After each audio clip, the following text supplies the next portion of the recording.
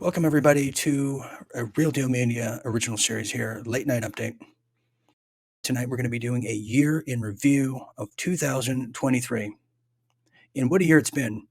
It's been a year that has been highlighted with massive stories, epic stories, some of the biblical proportions to some of the most salacious stories. From the salaciousness of the Twitter files, celebrities dying, to wildfires and the Maui fires, to the complete brutality of the Israeli war, and pretty much all of these invasions at the borders of, to the World War III kinetic war that is emerging, yet is being put to halt. It's been a year that has been highlighted with some of the most epic stories, the most malicious to the biblical proportion of stories. Tonight, we're going to be talking to some familiar faces around here at Late Night Update. We're going to be having a word with Cagney and all the incredible stories that she has managed to bring to life this year. So we'll be talking to her, followed by Seth Black, who has really had his ear to the ground and eye on the prize, but really brought to my attention of the Titan. So we'll be talking to him, and overall, we will be managing to get together in a roundtable discussion as we tell you what our perspectives are of the biggest story of the year, to the most underrated, forgotten stories, to the winners and the losers themselves. So sit back as we now get into the inner depths of 2023. Cagney, welcome to Late Night Update for our year in review. Here we are again. Did you think we make it this far? Well, welcome to the end of 2023, and I am grateful that this year is coming to an end, although I'm not sure that I'm ready to jump over to 2024 quite yet. Well, yes, that's exactly, just when you think you're getting things right. Before we get into it, we were speaking before the program here tonight in the green room, and, you said something to me that really sticks out in my mind, and I mentioned to you, yeah, it was kind of a stalemate of a news kind of ordeal this year. And you said, actually, it wasn't. There was major news highlights of the year, but there weren't many, and the focus kind of stuck to these highlights. You want to expand on that? The way that I look at the year is there's probably, I don't know, 4 or 5 top news stories of the year that were repeated over and over and over. And there were a lot of smaller stories that really didn't get the attention of the media because we had to keep going back to the 4 or 5 big ones. And there was a lot of action that took place this year as compared to other years. I think that there were some major milestones that took place this year, and so much of it has still gone unanswered. And we're ending the year with as many questions as we had as we entered the year. Well, now let's get into this. You were introduced again to the great Cagney as 2023 began, but it's what she said about Russia in the intel we were getting, not from the Washington Compost or any other kind of Central Intelligence funded kind of Iraq. No, she was getting it from the ground up right there. So we provided you the most raw forms of information and intel that probably received nowhere else or days later. Let's talk about that, Cagney, and what you discovered in the propaganda war, the information war that was being placed upon Russia in the beginning of 2023 when we were convinced to believe that Ukraine were winning the war. Let's kind of review that. Good evening, everybody. This is a really important real deal media update on the situation that's ongoing in Russia at this moment. This morning, Russian President Putin informed his Belarusian counterpart about the situation in the south of Russia with the private military company Wagner. Negotiations lasted throughout the day, and as a result, they came to an agreement on the inadmissibility of unleashing a bloody massacre on the territory of Russia. At the moment, Wagner head has just basically stated on Central TV in Russia that they are turning back. So to me, this was one of the top stories. And it was a top story because it started with nothing but lies. And it continued throughout the year with more lies. Russia was never the bad guy. Zelensky's the bad guy, but Russia never was. And the way that it was painted, like they were going to start nuking the world and they, were going to step into Ukraine and then they're going to come and crush the rest of Europe. The funny thing is sitting here in Europe, none of us in these other countries outside of there, and most of us, are very close to the border of the Ukraine, were concerned about Russian tanks coming over to the next country. It was just the West perpetrating this idea and pushing it out through the media that Russia was going to try and take on the world. It didn't happen. It isn't happening. And lies, lies, more lies. Clearly, Cagney, you're getting your talking points from the Kremlin, and I won't have it. I won't have it. I won't have it. Well, and further, though, Dean, I mean, when you know that Viktor Orban is very close with Putin, and so are several of the other close by countries close with Putin, none of us have a problem with Russia. Oh, that's true. That's true. Okay, so let's get into another story that you really brought to light this year, which I found was it was profound that you had the intellectual prowess to even look through the minutia of what we have now come to know as Israel's war. And we want to talk about a story that has captivated the attention no matter which way and what side of the aisle, both sides that you stand on. Well, was this conflict in particular, but you saw something that a lot of the intellects didn't really manage to figure out till much later, and that was the Suez Canal and its relation to Israel. You want to just brief upon that if you could, because that was quite the fun. Sure. And what I said at the point months ago was regarding the Suez Canal, it's still not really out there and being talked about, but we'll see that happen come next year. The whole point of Israel in the Gaza Strip was to get rid of the population that was there because they want the land, because they want to build the new Suez Canal. Because this way, then they will get billions and billions of dollars, Israel will, which means the U.S. will, because it's kind of one and the same, rather than it going to Egypt, going through the Suez, going through from the Red Sea. The money now goes to Egypt, and the benefactors are not Israel and not the United States. So there's more to come on that, and I think we'll see more of that in 2024. But I believe that that is the main reason for the conflict that's happening in Gaza.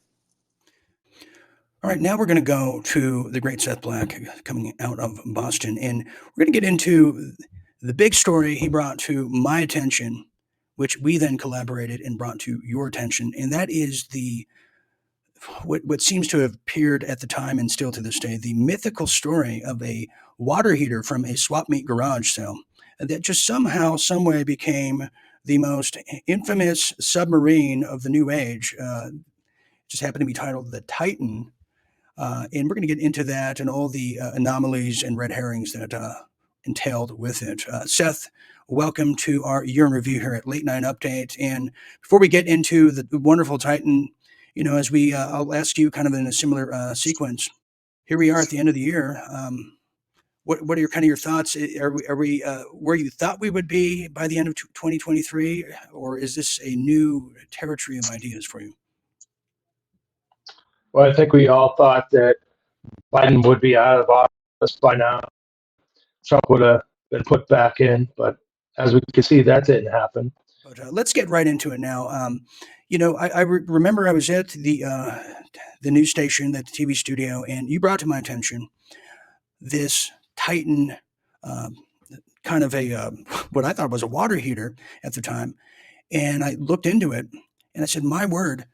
Not only did it use the name of the fictitious novel from 1909 called The Titan, which is an identical story to 1913's Titanic, go figure, but this was a captivating story that sucked up the headlines in 2023. Everybody was talking about it. James Cameron, the director of Titanic, came out of the obscure woodworks. What ignited the idea and the spark to come to me and say, we got to get on top of this story? What was it? Because a lot of people say, oh, what's with this sensational story? Big deal. What was it about that story, Seth Black? It just seemed weird right from the beginning. Revolutionary design for a sub that was made out of carbon fiber, which is pretty much fabric doused in glue, and then it gets hot and a bunch of layers of it. And the characters that they had on the ship, there was like a billionaire and his son, maybe another guy or something, but it seemed like it was scripted. It was weird. There was no send off. They talked about the lead up to it, but there was no send off. Let's get into the anomalies now. I'm so glad you brought this up. This is like a refresher course now. So Seth brought to my attention, and upon further looking into it, I got my head around it. We started collaborating in this discovery module. Okay, so number one, there, like Seth Black said, there was no Bon Voyage. The Titanic had one. The fictitious Titan had one in the 1909 novel. You had like a prince from Qatar and his 15-year-old teenage son, who are multi-billionaires, who's all over, social media, Instagram, TikTok. No send off. No, hey mom, look at us. Me and dad are going through the bottom of the sea. Then it got even weird. I'm not sure, I think it was a captain or something of that sort, was a gentleman who circumnavigated the earth. Now, here's the big anomaly, because now you have international interest in this story. You had Canada sending their Coast Guard. You had Sweden for some reason. You had the U.S., and they all met up in the circular area where this missing tin can was. But there was a problem with that, in contrast to where the Titanic wreckage was originally. Yeah, where they launched was like the northern part, northern eastern part of Norway, and where they wanted to go, where the wreckage was on the southern tip of Norway. So they had like a 2.5 hour trip that they rode on top of the ship until they went into the water. And it seems strange to me that they could have saved a lot of time and effort if they just launched off the southern coast of Norway, and it would have been like maybe a 30-minute trip, maybe even less, maybe 20 minutes. But for some reason, they took the long way to go. And when they did finally get in the water, they knew that there was problems like within the first 30 minutes. There was a sound of the implosion when it happened. They heard knocking. They heard all of this stuff. But there was a big delay on the rescue. They probably could have pulled them up right away. Once they started hearing the cracking and the knocking, they could have pulled them up. Oh, also, they have ballast on the sub itself. So after, I think it's time, there's wrappings that are around the ballast, and after a certain amount of time, let's say 3 hours, it dissolves, the ballast drops, and then the ship goes up. This is so stupid. I mean, they steered this tin can Titan submarine, okay?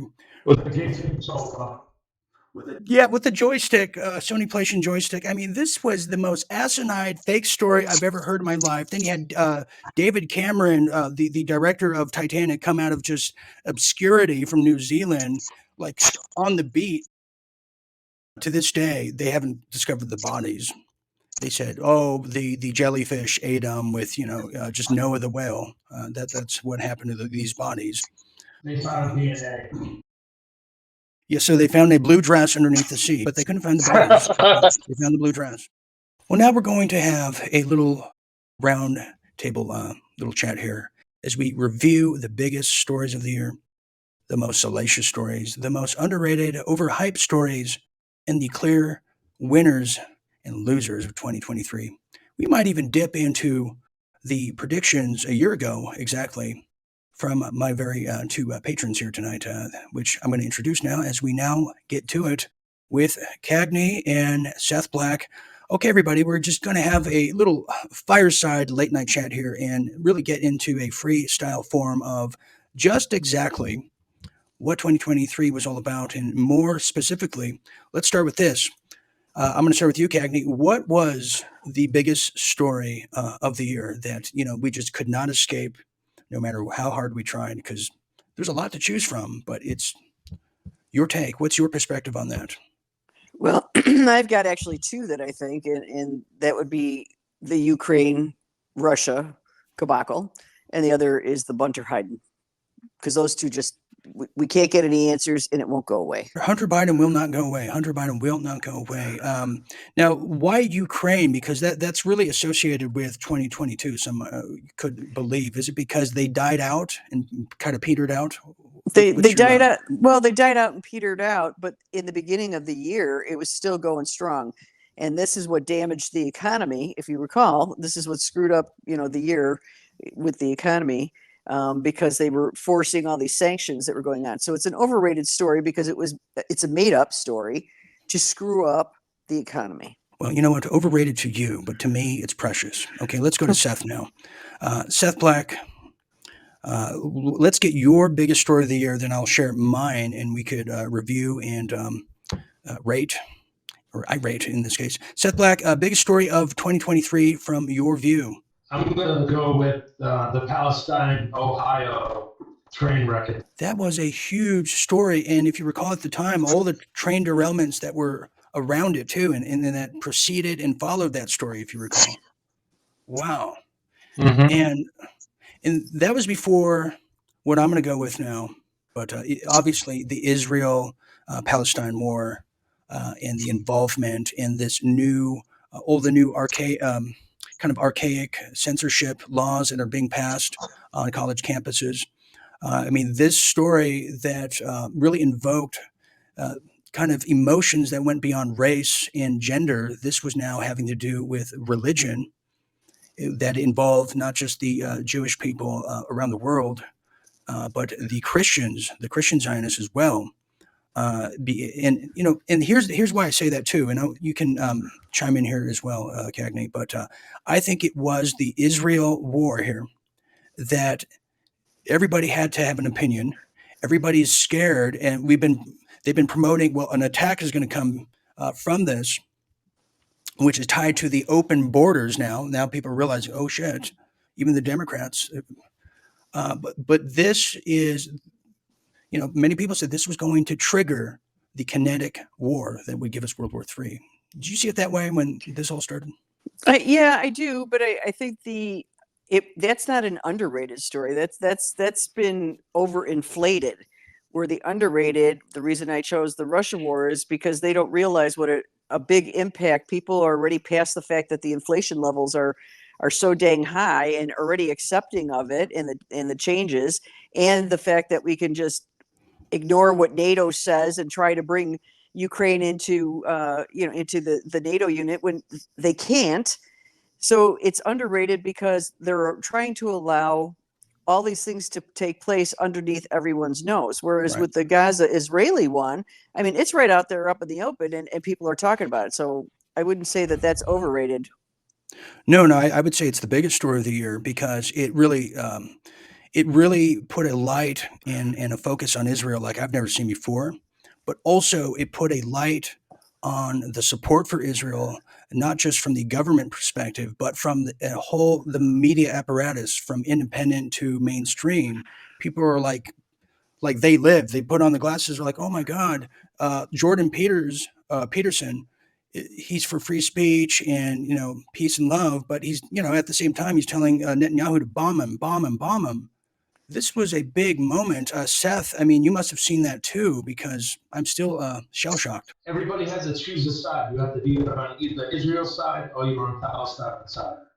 There was no in betweens, and it's almost like they wanted to see who's on whose side, so that they could be put on a list, or some way down the road they can be like, okay, you're a friend, you're an enemy.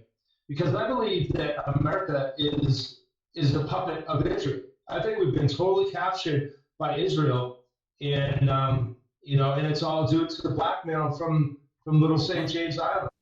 Absolutely, and just mere criticism of that point that you made, that little factoid, would get you labeled as anti-Semitic, would get you labeled as anti this and that, and I experienced that. We know Mike Adams at Natural News, who's very critical of this conflict, experienced it, and even people that said, you know what, Israel can do whatever they want, but we should not be involved. They got criticized, but I also saw a lot of unity as this brought people who, are just against genocide. It brought a lot of people together, I noticed, and also got people who are Christians kind of questioning their own doctrines and dogmas of why are we just casually, without question, supporting with, financially and pledging allegiance to Israel. I mean, did you see that, Cagney? And because we saw it with Ukraine, and it was almost a continuation from Ukraine. Now Israel's the new Ukraine. I think that's definitely the way the story is going. So we had Russia, Ukraine, Israel, Gaza. Same story with the same timestamps, basically, that everybody had to pick a side. So you're either Russia, Ukraine, or Palestinian, Israeli. And then I think pitting each other against each other, and the fact that it's going to continue on because now people are starting to see who is on what side and who can they blame for what racial injustice, religious Right. injustice, and it just keeps going on and on. It's the same story, repeat, repeat. Exactly. And it was this story too. It just tied in everything. The Ukraine story was tied into it.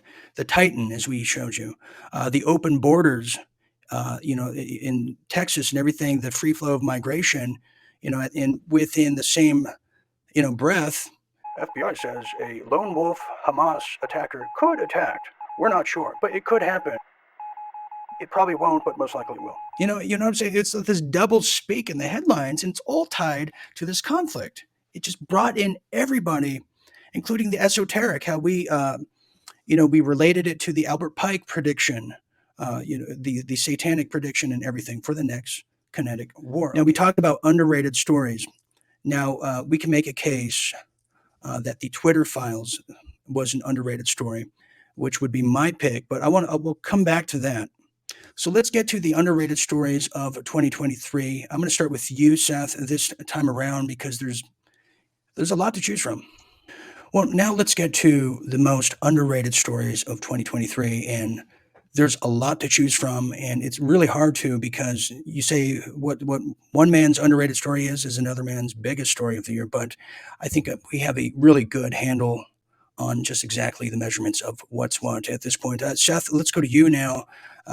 Give me your most underrated story of the year, because I know you've had your ear to the ground and eye on the prize.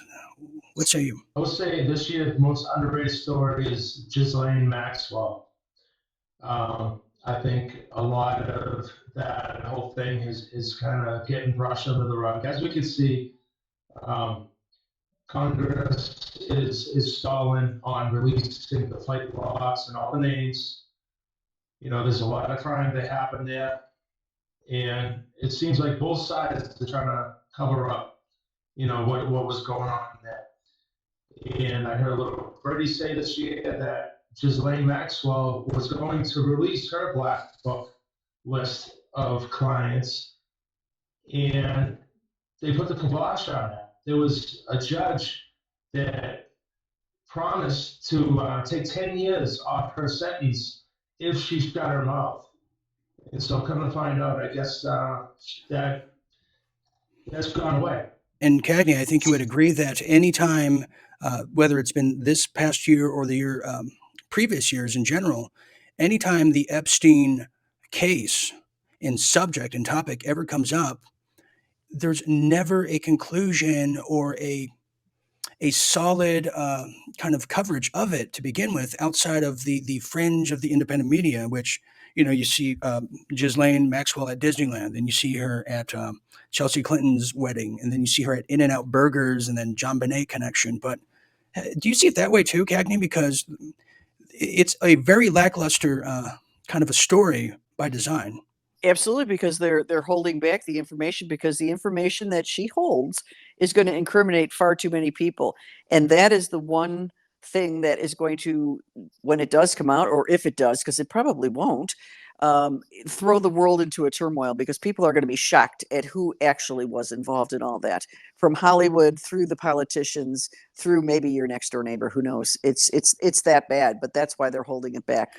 No doubt, and I got to give Seth Black credit, who brought it to my attention, which I discovered, about a week later, if that, about the connection of RFK Jr., who had a meteoric rise this year, no doubt. We'll talk about him and is our people of the year, but his omission to it to get ahead of a story.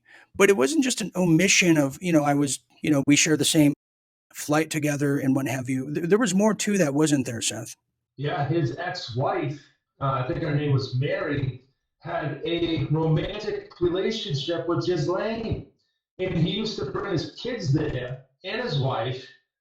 Him and his wife would Ghislaine be doing their thing. Who knows what the kids are doing? Who knows what he was doing while his kids were off playing or whatever like that. But you're right. He is getting ahead of the story. So he announced, oh, yeah, my wife had a relationship. My kids were there. I was there. Trying to make it seem kind of innocent, even though he's allowing his wife to have a relationship with another woman on this island where everybody knows what's going on. And it's weird. No, it is weird. It's a very weird story. And just to be clear, this was his first wife or current wife? It's not his current wife. It's his last wife. And she committed suicide. Trying to digest this all. Okay, so everyone understands. Okay, so the first wife of Bobby Kennedy Jr., who he had, anywhere from 4 to 8 kids. The Kennedy people, they're like rabbits. Has a not only relationship with Ghislaine, but they fly to the island together. Although he never said, did he say they flew to the island together? I assume they did. I assume they traveled together. So nonetheless, they traveled. Bill Gates can't seem to remember, where he went with Epstein, and so he's got a frog in his throat. When it's not a ball gag, and so this happens, and then she commits suicide, and then Dr. Shiva, who I thought was a nefarious player in 2020, and I did a short article about it, but Dr. Shiva came out swinging in 2020 against Bobby Kennedy Jr., like right off the bat. And when this came out, he goes on independent media and says the following. Jet, were you? Yeah, I was on Jeffrey Epstein's jet 2 times. I was on it in 1993, and I was on it and I went to Florida with my wife and 2 children over Easter. I turned into stone. Exhumed the body, deceased wife, like about a few days after the burial. How unusual. Cagney, I never got into the thick of this story. I know Seth was on top of it. This is why the story's a lackluster, a dud of the year, isn't it? Well, because nobody is talking about it except Seth Black. So, people are hearing it here, and I would bet that most people listening to this do not even know these details. Most underrated story. You heard it. Cagney's been on it, but I'm very curious to know what her underrated story of the year is. We know what her biggest story is. It's got to be of equal proportion. Cagney, what say you now? What is, in your view, the most underrated story of 2023? I think the underrated story is basically everything that's happening to Trump, because they're sweeping that under the carpet, and they're letting all these new changes come into the judicial system. They're allowing things to happen that actually are illegal against the Constitution, but no one's paying attention because everybody's distracted with either Ukraine or Israel. So they're not really understanding the depth of what's going on. And The problem is it's not just about Trump. People need to understand that what they're doing to him is exactly what can be done to all of us.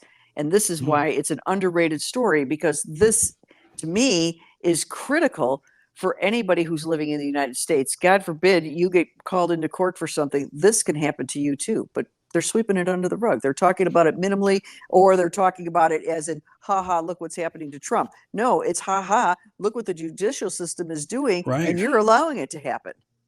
I mean, they're broadcasting his guilt before the trial even started. You had one of the prosecutors over there, I believe in was it New York or Georgia? It all kind of molds into one that says she said, "quote Even the judge proclaimed that Trump was guilty."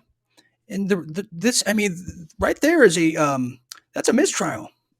That's a mistrial. That is a fraudulent trial at the very least. On top of this new forward motion from the so-called blue states to remove Trump from the ballot. You So can't this do sets that. a precedent. This sets a precedent. Yes. Yeah, exactly. Yes. And that's why I say it's so underrated, because it's going to have ramifications for years to come after this. Yes. Or it highlights just who needs to be removed from the judiciary, state to federal, across the board, which, at this point, nobody's going to be turning themselves in. This has to be some kind of just magical, powerful Nuremberg type of trial. Okay, so let's bring Seth in here. I'm going to give you my most underrated, and I'm very torn, Seth. I'm very torn, and Cagney, it's hard for me to pick because my number one is the Lahaina fires over there in Maui in Hawaii. I think that sets a precedent too. It was kind of underreported, and then if it was reported, it was, well, it's global warming. It's the frenzy of the environmentalist day, but there was traction in the independent media. But the fact checkers, the algorithms set forward in placement by people like Zuckerberg and Facebook over there, who just happens to live in that area with Oprah and The Rock. It put a target on independent media and got the shadow banning like Real Deal Media over here. And that was setting a precedent, I believe. And it totally got hijacked in the news headlines with Israel, the Israel conflict that followed, a month later? So but my point is the underrated quality of it is a few things I pointed out, is the fact that we've seen this weird weather craze, totally man-made, manufactured, the whole deal, stemming from Canada, where Aaron Cates and myself, we covered the fires. Similar tactics were used. We've seen it in Greece. We've seen it in the Canary Islands. We've even seen it, the hurricanes, no warning, Acapulco. But it was Hawaii on U.S. territory that this took place. The stories are unbelievable. The people begging, please don't forget about us. And here is the tip-off. The fact that at one hand you have the so-called Biden administration giving billions to Ukraine and wanting to give billions to Israel. Well, they gave $700 to each household and whoever just was not charred to death. With, by the way, no investigation done, swept under the rug in Obladi, Oblada. That was such a heart-wrenching story that we covered at Real Dooming with everybody, but it very underrated to me.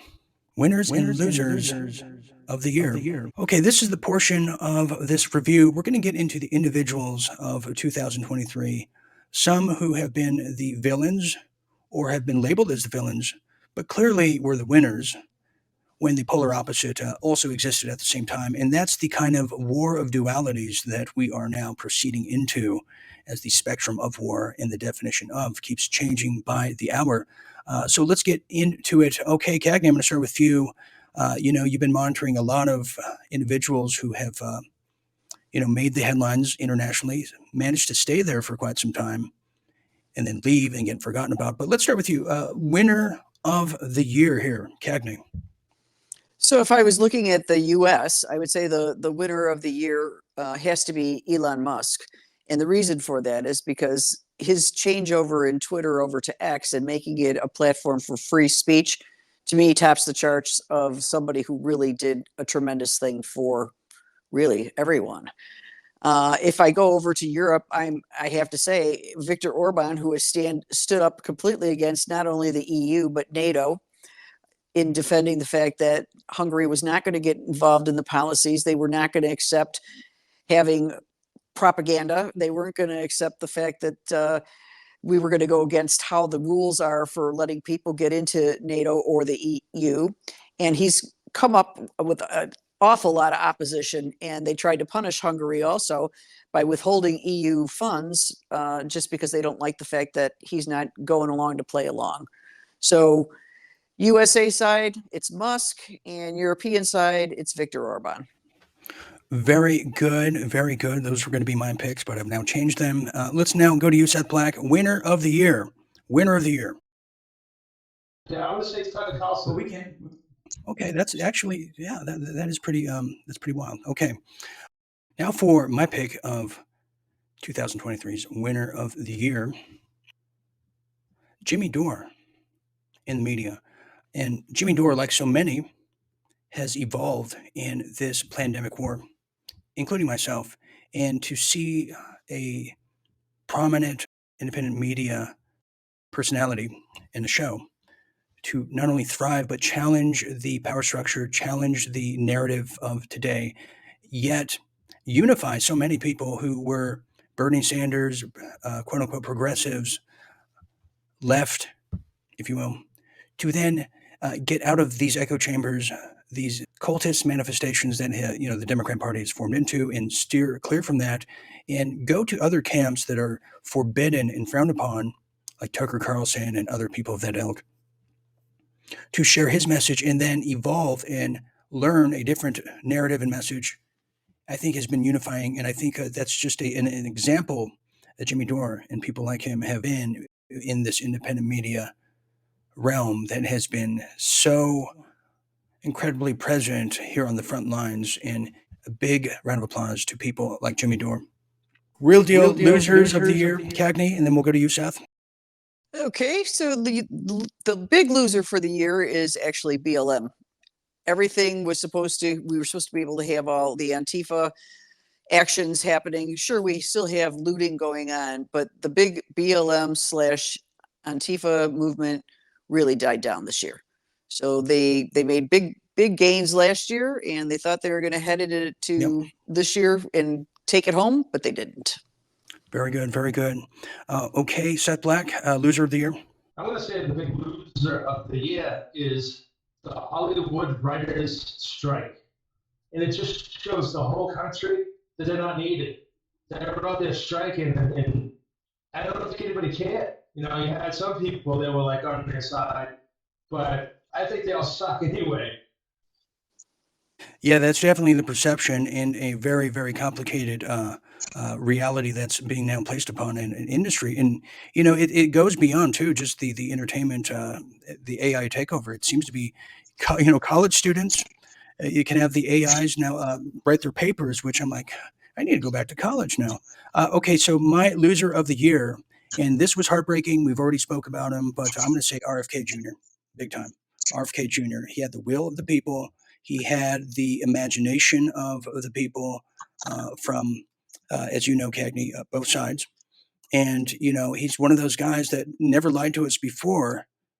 And why would he lie to us now, kind of thing. And the Epstein flights that he, I guess, was just, getting his frequent flyer miles on. So big loser of the year. Okay. Well, we've reached that point now where we're going to give you, in a very Karnak type of module here, the 2024 predictions. Now, we all make predictions for the new year. They're as solid and as fluent as New Year resolutions. And it's true. I mean, I've been working out all the time. I feel fit. I feel healthy as a just Clydesdale horse.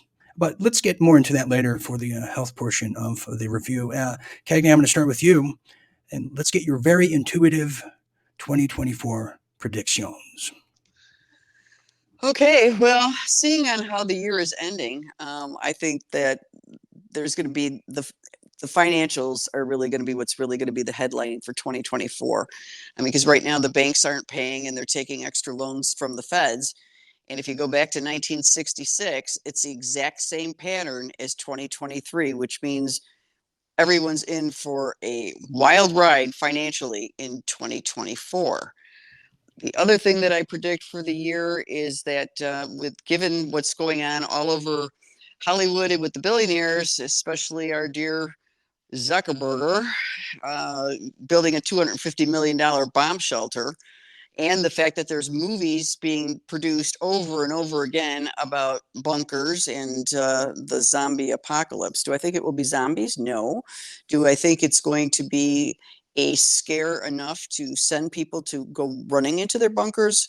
Yes. I think it's going to be a nuke scare. However, I do not believe it's a reality. Very good. Very good. Yeah, not a reality. And that kind of plays into what I was going to predict here. But Seth Black, let's get your 2024 predictions, and hopefully they won't be as dystopic as what we just heard there. But knowing you, it probably might even be more so. Seth Black, go ahead. I think next year we're going to see the same shenanigans that we saw in 2020 and 2022. Nothing has really changed as far as the voter rolls, the machines, IDs, whatever. There's a workaround with all that stuff. I think we're gonna see a lot of the same old stuff with the election. I think. Very good. Okay. All I have for 2024. Okay. I was hoping somebody would bring up the Hunter Biden laptop finally getting solved, but leave it to me. But here's my prediction. Here I go. Well, as you know, I have very, very Karnak DNA. I have just a wild imagination and a very Midas touch to what the future holds. I mean, if I had a crystal ball here, it would be just for decoration, because it's the crystal ball right here that seems to have a knack for what's to follow, which is, free your mind, the rest will follow. But here's what I'm seeing on the forefront for 2024. I see a escalation in violence in the metropolitan cities throughout the U.S. and through the major Western cities of the West, Canada, UK, so forth. With that brings more draconian legislation to keep us safe, just like 9/11. But also with that is another mechanism to something that is very underrated, which could have been the underrated story, but it's too underrated to even be making a speck on the map here on the spectrum. And that is the new financial system. A lot of people call it the BEAST system, which is a cashless society, which is a social crediting score, which is going to be cried. People are going to decry for it, for protection, whether it's retail stores that are now accepting it. All the flash mobs in Chicago, teams of what appears to be black youth going into a CVS drugstore and taking what they want, and the Chicago cops, for instance, and New York cops, for that fact, being told to stand down, which is the problem, reaction, solution that is needed to introduce the foretold BEAST system, the social crediting score, the Hegelian dialectic. And I see that coming to a political theater near you. As far as the market crashing, I can't see that happening in an election year. On the Democrats are going to try to ease interest rates to make Biden look like some sort of FDR character, which the only thing he has in common with FDR is they're both dead. So I see that coming into play here as we kind of finish out this dystopic view here. But in meanwhile, I do want to thank my guest here, Seth Black, who is probably doing his own flash mob right now on a Walgreens pharmacy. Cagney, did you want to add to that? No, go ahead. You've got it going there. I'm not gonna infringe on your moment. Okay. He's back now. And that's kind of how I see it going. It's always the third option. It's always the option you don't hear about, talk about, or it's not getting promoted as much as it should be. So that is my 2024 prediction here, as the Karnak within is now being shared with the rest of the world. And Seth, I think you can appreciate that very much so. And same with you, Cagney. And shame on you too, Cagney. I don't know why yet.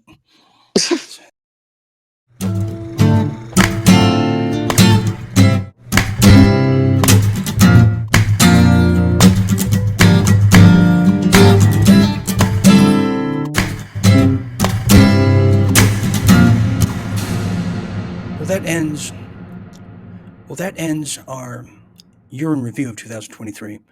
Hopefully you got a few different perspectives on some stories that you thought you pretty much had a conclusion on and some closure that followed with it. And maybe some stories that you forgot about, while other headlines that should have really retained more spotlight on them. So I do want to thank Detective Cagney and the great Seth Black for joining us here tonight as we put a close and a final chapter on 2023 and prepare for battle to 2024, because I'll tell you, there's been no more anxiety-riddled feeling entering a new year that I have felt personally than what we're about to embark on in 2024. And all I can tell you is get ready for this is truly a world at war.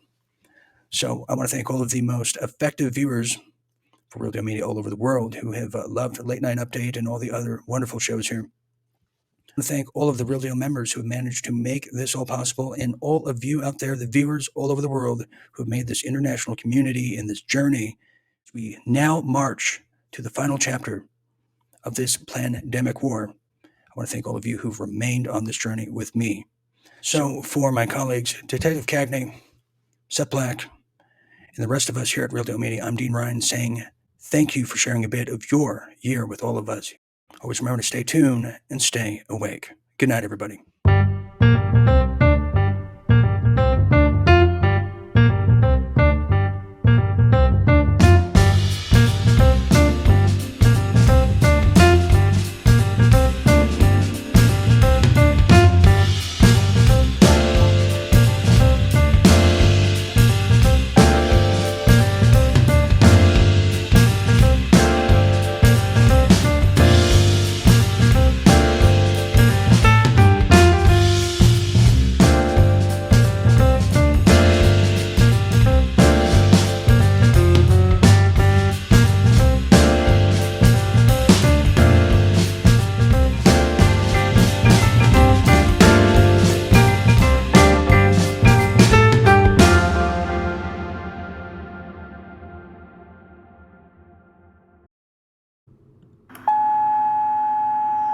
Volatile year in America's history. That's 2024. But before we can even do that, we have to look back at this year to see where we got.